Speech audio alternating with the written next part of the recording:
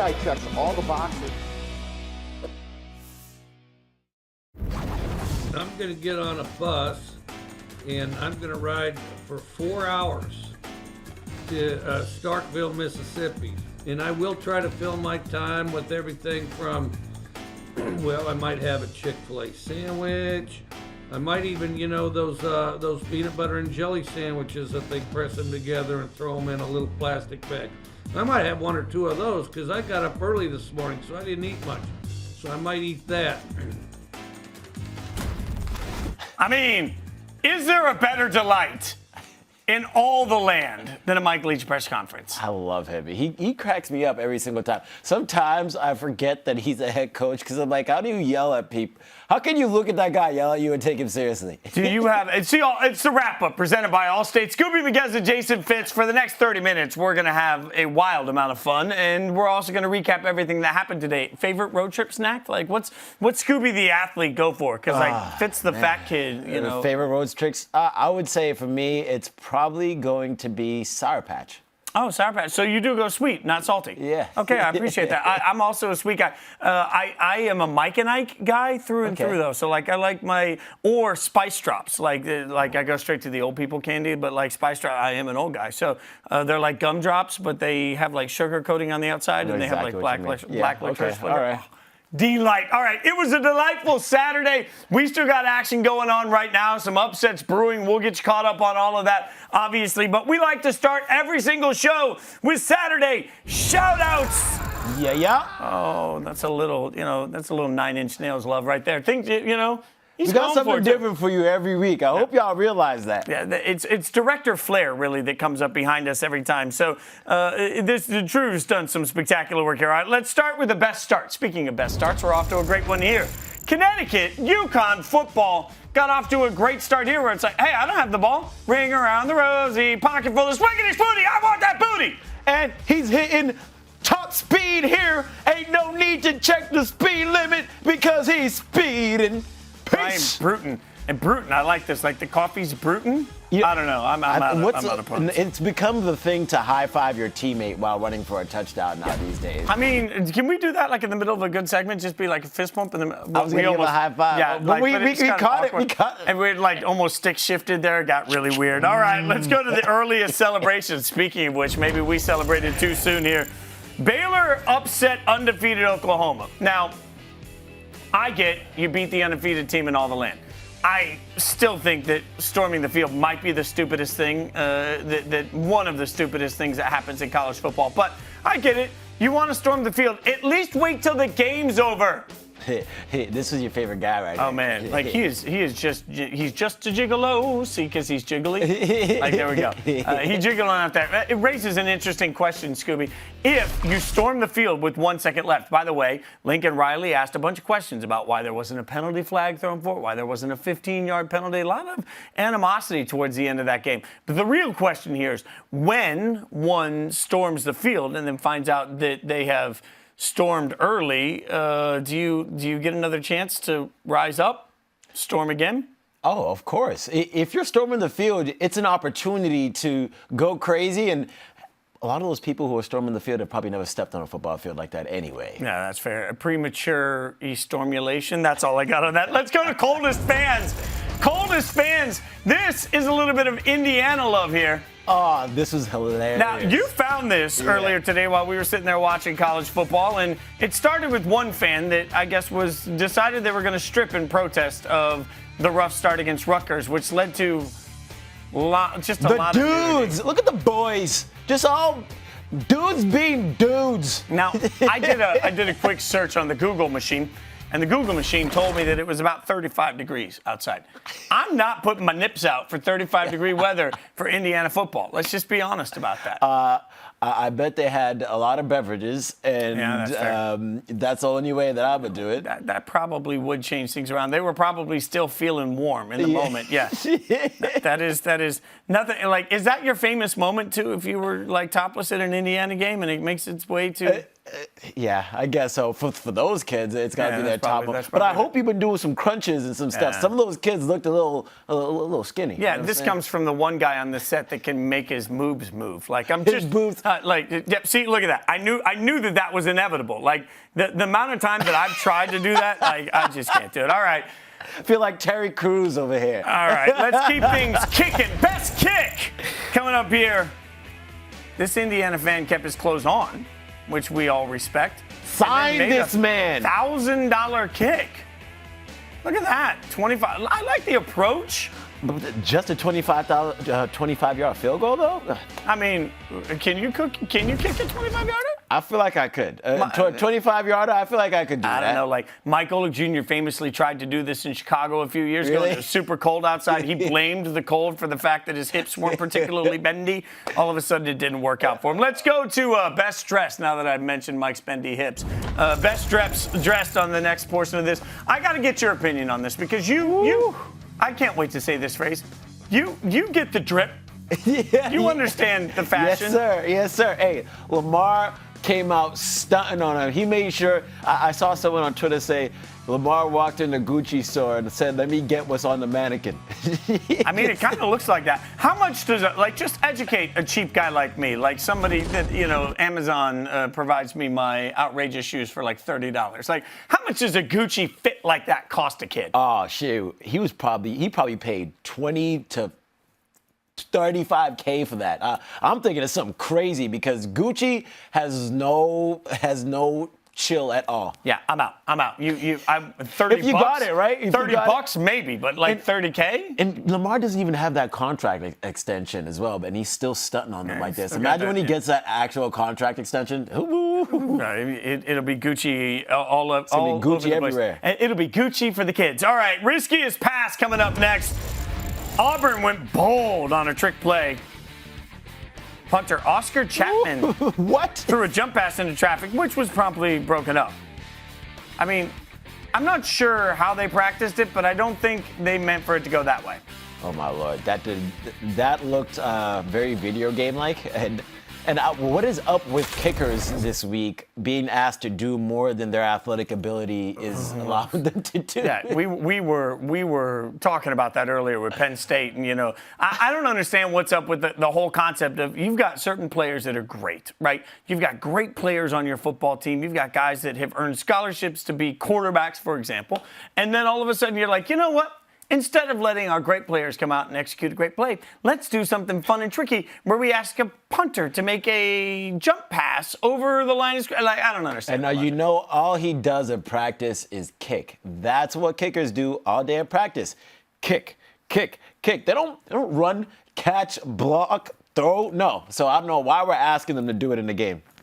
All right, let's go to most impressive next. Most impressive moment, Garrett Wilson.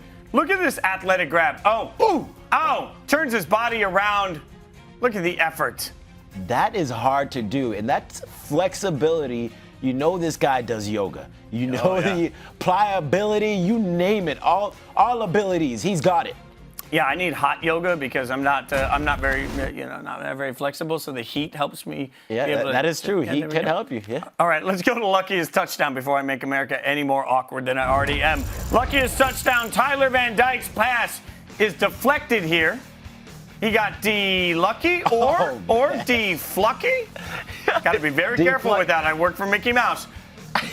Deflected and lucky together is lucky. I definitely put this as lucky touchdown. Guy happened to be in the right place at the right time, and that's what football is all about sometimes. Just got to be in the right place at the right time. I feel like it's one of my favorite expressions we use all the time. Better to be lucky than good. Let's go next to strongest leg. I cannot give this enough love. We got NFL guys that can't do this. That is a walk-off 62-yard game-winning field goal by Texas Tech kicker Jonathan Garibay. Ice in the veins. Celebrate, young man. Celebrate. And that looked like it would have been good from further than 62. It looked like he got it in there quite a bit. Not only did he make the 62-yard field goal, not only did it get the win, but it also makes Texas Tech eligible for a bowl for the first time since 2017. Wow. You talk about a moneymaker. Like, I love it when kids go out there and get themselves paid. What he just did is he told every NFL team, I got it. Like, whatever clutch is, I got that. Like, you know, at the end of the day, kickers are not drafted high. But he just at least gave himself the opportunity for a real career in the NFL just off of that. And any local Texas businesses will probably be reaching out for NIL. Oh, yeah, that's a good point here. All right, let's go to quickest thinking next. Wake Forest near touchdown. Punched out here by NC State. Looks like it's going to be a score. Oh! No, look at that. Oh, we saw that in the studio while we were sitting down here. Y'all need to take another look at this.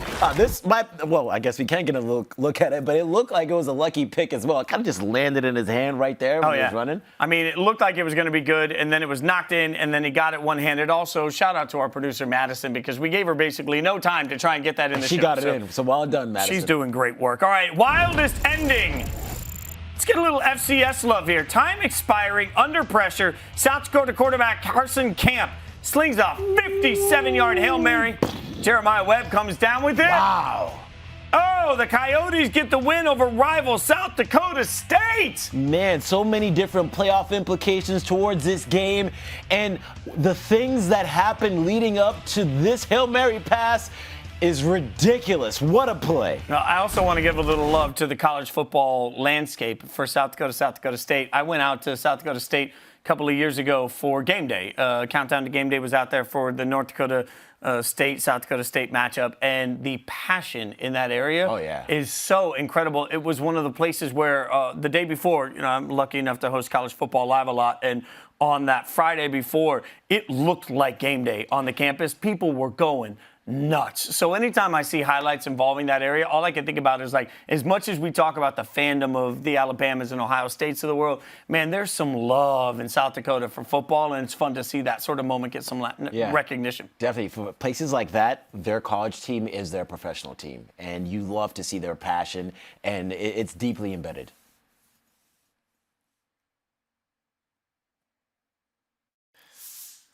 I can't think of a better way to summarize the wildest ending than by having a couch conversation presented by Dr. Pepper with the guy that made it all happen, Carson Camp. You just saw the wild Hail Mary endings, Carson, but let's talk for a second about the play right before that, because South Dakota State had the ball, thought they were going to run it out. Crazy. They chuck it down the field, but they leave a second on the clock. What was your reaction on the sideline to what was happening?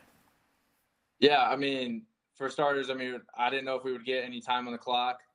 When they were able to review it, obviously they put 1 second on the clock, and I was like, okay, it's go time. Like, it hasn't hit zero yet. So we talked on the sideline. We were like, all right, Hail Mary time. So, we were just praising the guy, trying to get a miracle, and it happened very well for us.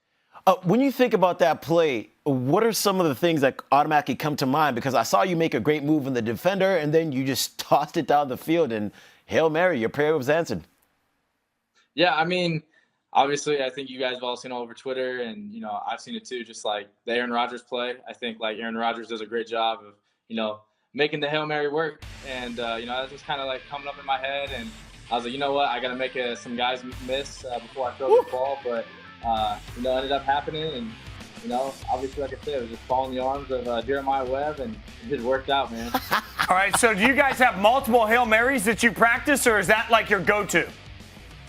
We have a couple, Hail Mary or miracle plays per se, but us practicing this, it's not a lot, and it's never a thing that's always in our arsenal. But, man, I think just the way we kind of drew it up, or just we talked about it, I think we executed it the best we can. And like I said, I think the rest just kind of plays it out itself. Have you ever seen one even in practice that went through a couple of guys' hands? Because it's pretty crazy watching it roll out of hands to get you into the end zone. Hey, they always talk about the chip drill. You see it all over the place. Sir. It just kind of happened. And like I said, I think, just the guys were there at the right time, at the right place, in the right spot. So like I said, it just worked out well. Obviously we don't draw it up all the time, but the fact that it just happened, you couldn't ask for anything else. All right, so for those that don't know, South Dakota and South Dakota State is a rivalry game, and this game was huge with the way that you won it. So how big is it to get this win, and what was Coach's reaction?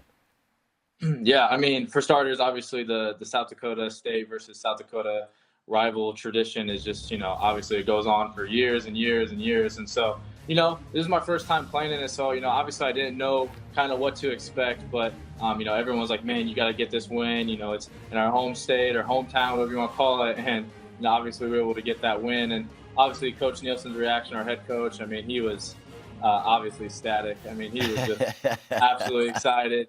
Everything that just happened. I love the coach to death. I think he did everything that he's done for this program. So I think it was really nice to just see him grinning ear to ear. You mentioned that it's first time playing in the rivalry. Last season shortened due to COVID, obviously. So that was your true freshman year. You're still a freshman now. So walk me through a little bit of how it feels having had a shortened season to finally get these opportunities now. Yeah, I think I'm really blessed. I think it's like a blessing in disguise with that COVID year. Everyone was going through hard times, but for myself, I had to take advantage of it. And I was really happy to just get 4 games in. You kind of mentioned it. It was kind of like a redshirt year or like a 4 games, whatever you want to call it. So I think it was kind of cool to just get that experience. And then now this season, I think it's everything is kind of just progressing. The ball is rolling. I'm starting to get kind of my progressions in, reading defenses, making plays. I think it's just all starting to come together. And I'm excited for the future, but right now I'm just kind of in the now, and I'm just going to continue to learn, continue to get better. And that's all I got, really. And this win helped you guys have a playoff spot. It clinched a playoff spot for you, to be specific. How cool is it knowing that's what you did, and how important was it to get this win?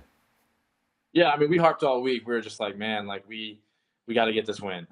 This is the stepping stone. This is the path of winning a conference championship and then getting into the playoffs, like you said. So, yeah, this was a big game. This is what we needed. This is the win we needed. Obviously, this was, like I said, the stepping stone that we needed. So, yeah, I loved every moment of this game. I'm happy we got the win. Like I said, we're going to be back to work tomorrow, but we got some other things in mind. All right, so you go into the locker room to celebrate a massive win. What's the celebration like? And who's the best dancer, who's the worst dancer in these celebrations going on? I think what we do in the locker room is a little behind the scenes. I think I can't share too much. Not too appropriate. I wish I could sing the song, but honestly, who's the artist? Who's the artist of the song? Just give us the artist's name. That's it. Artist name? I don't even know. I'd have to go with probably Jeremiah Webb, the one that caught the Hail Mary pass. He's probably the team class clown for sure. That's amazing. So I know you've got celebrating to do, obviously, Carson. Congratulations, man. We appreciate your time. Congratulations on a great play. Don't let anybody sleep on the juke move, too. You made the little wiggle to get that time to throw the ball. I'm just saying, just make sure you get a little shine for that, brother. We appreciate you hanging out with us. Hey, appreciate it so much, guys. Thanks for having me. All right, one of the big games of the night, Texas A&M taking on Ole Miss. Number 15, Ole Miss. Number 11, A&M. Lane Kiffin ready to pull out all of the tricks. Kiffin started the game in a no-huddle, hurry-up offense. The first 2 drives saw an 11-second average per play. Strategy put Ole Miss in the red zone early on. Matt Corral finds Drummond. Oh, look at him survey the field and find his open man. Great way to read your absolutely. Team right there. Smart work, and this is actually where he finds Drummond. 2-yard little pass there. Bam! Ole Miss takes a 10-0 lead. This is an example. I was tough on Lane Kiffin all week as a coach, and I think he really proved a lot in this game, the way he approached it. We pick it up in the second quarter. Matt Corral throws it there to Casey Kelly. Comes up a little short, turns over on downs. You go low on the big man. It's aggressiveness in the play calling, though. We're used to that. But Isaiah Spiller swarm taken down to the end zone. Ole Miss gets the safety. That makes it 15-0. Don't dance in the end zone if you're a running back. Get out of there. Yeah, you're not wrong about that. Third quarter here. A&M with the ball. A&M. We're going to see.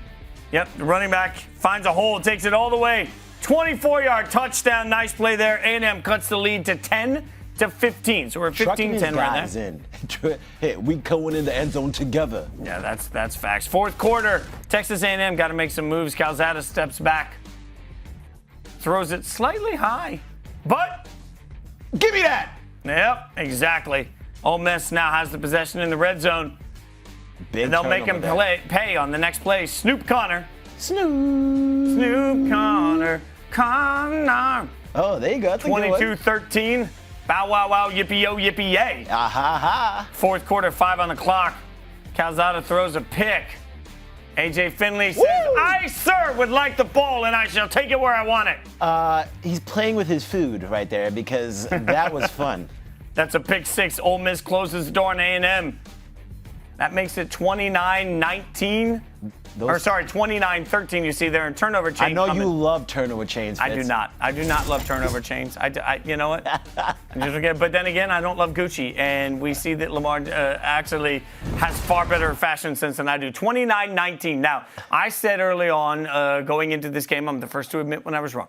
I said that I felt like at the end of the day, Lane Kiffin versus Jimbo on two teams that both have a lot of offensive weapons, two defenses that similarly have to be cautious about the blitz against these quarterbacks. I thought there was a real opportunity for A&M to make a statement. They didn't. So now you've got a couple trickle-down effects of this. Ole Miss continues to remain relevant in the conversation. A&M takes another loss, which makes the one win that they have over Alabama a little bit more significant. Like, it's all about resume, right? Yeah, and then when we look back towards the game against Alabama, the teams that beat you, you also say to yourself, all right, how are they looking? This doesn't look good for Alabama as well. You lost to a team that seems to not be playing their best ball at this time right now as well. All right, so we've got another sort of shocker developing here as Kansas is taking on Texas right now. That game is in overtime.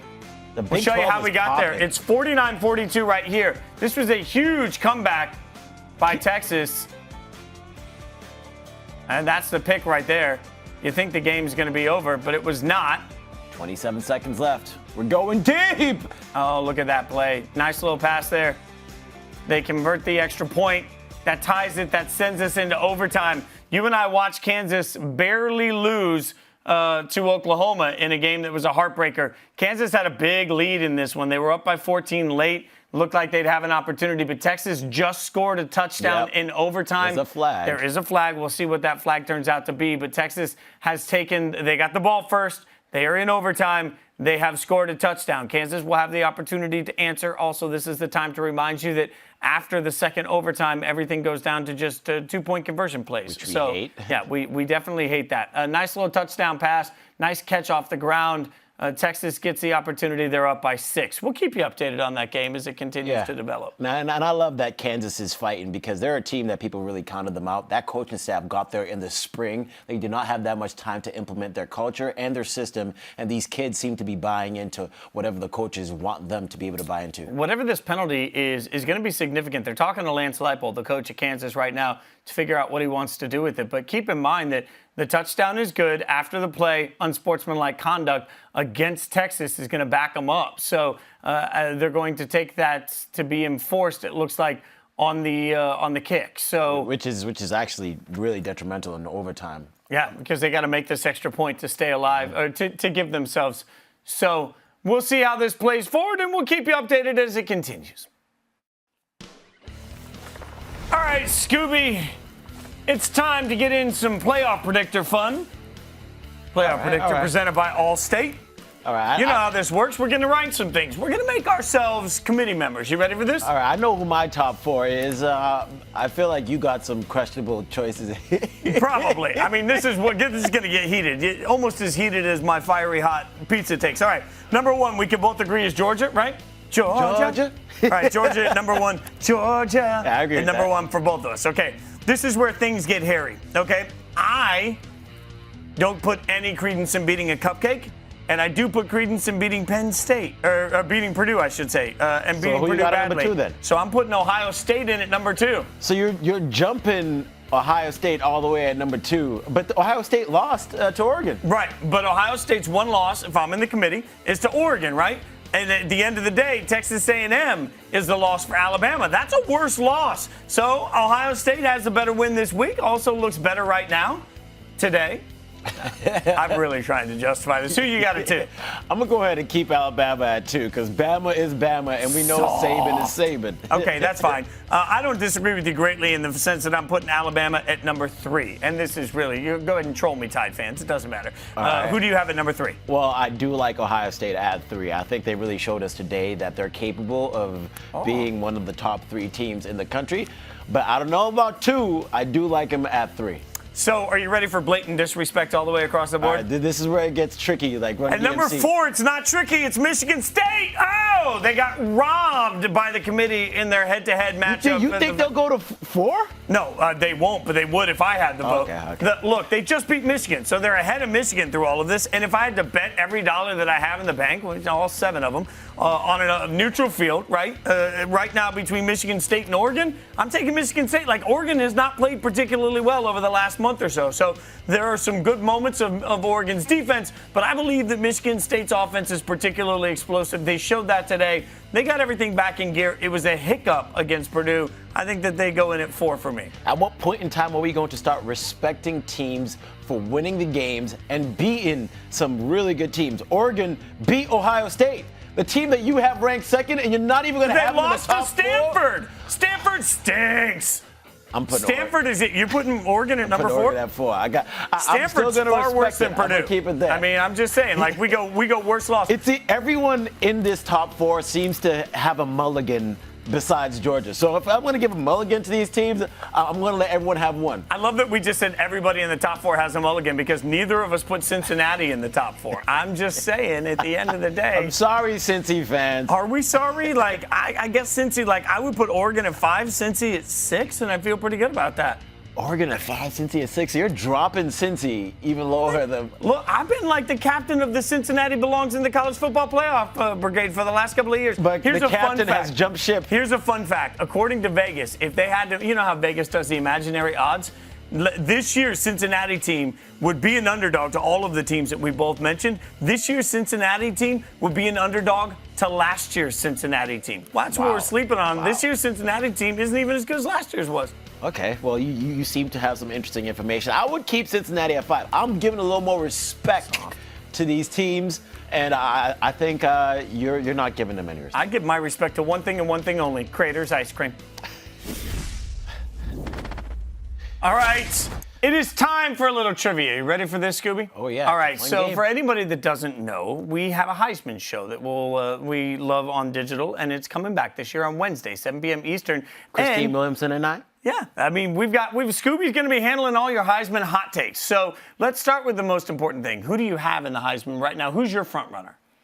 I think Bryce Young is most definitely the front runner, especially with the performance that he had today. Yeah, I think that's probably fair. I mean, Bryce has put up big numbers. It's a really interesting year because Kenneth Walker could also get some consideration. C.J. Stroud, we talked about on the college football show earlier. Like, we're seeing really high levels of play from a few guys. There's not one clear front runner. It's kind of like the college football landscape this year. There's not like a college, there's not a Heisman front runner. It could be interesting. And which is going to make our show interesting because you don't want to have a clear-cut winner. You want to have some guys that we can have conversations about, and I think there's a lot to talk about this year.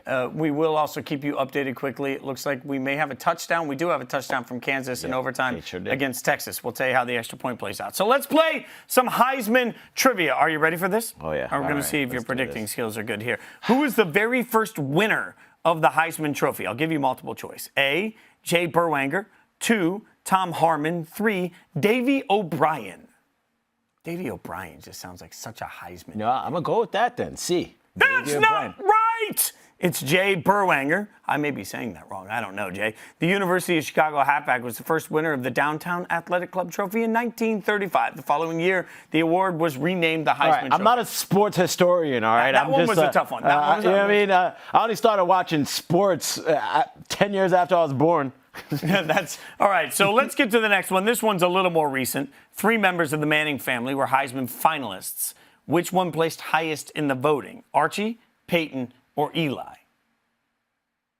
Got to be Peyton the year with Charles Woodson, right? Ding, ding, ding, ding, ding. That is it. All right. And let me tell you, man, I lived in Nashville, for anyone that doesn't know, for 20 years. And I was in Nashville, which is Vols country. In the heart of this moment, there are Vols fans that are still angry about that. Like, I mean, they all think that Charles Woodson didn't deserve it and Peyton Manning got robbed. And by the way, Charles Woodson, famous Raider, deserved every ounce of it simply because he made my heart happy as a Raider. All right, question 3. Who's the only Heisman Trophy winner to play in the NBA? This one's easy. A, Terry Baker. B, Charlie Ward. C, Tom Harmon. Charlie Ward, baby. That's Ended up going to the Knickerbockers. I mean, that's the Florida State quarterback point guard. Chose the NBA over the NFL. Knicks took him in the first round. Yeah, 94. First round pick. That's All right, crazy. You're crushing this. Let's get you one more. This one, no, two more. This one's tough, though. 3 schools are tied for having the most Heisman winners. Can you name them? I will give you a hint on this. I will tell you one thing. USC is not one of them because they had to forfeit Reggie Bush's trophy, so they don't count in this conversation. That's not fair, by the way. They should give him his Heisman. I'm just saying. Yeah. Yeah. All right. So I need the 3 teams that have 7 Heisman winners. This is tough. Alabama, Oregon,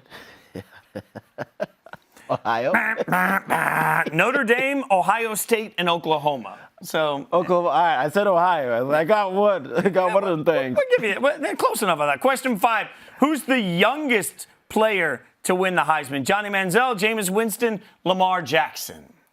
Action. Jackson. I know that. I was a huge fan of Lamar when he was playing that year. I'm a huge fan of aggressive play calling, and it just worked as Kansas elected to not go for the extra point and instead to go for the 2-point conversion. Lance Leipold and Kansas have just beaten Texas. Leipold's a great guy, too. 56. Congrats. That is great work by Kansas football. They go to 2-8. The Selly is crazy, y'all. Y'all need to check it on the inches of the net. Congratulations to everybody in Kansas football for getting a massive upset. 57-56. Texas is just fallen. He's Skubie Mageza. I'm Jason Fitz. We appreciate you hanging out with us. We hope you'll do it again next Saturday, 11 to 11:30. We're here every single weekend. On behalf of everybody behind the scenes that makes this show happen, thank you for watching the wrap-up presented by Allstate.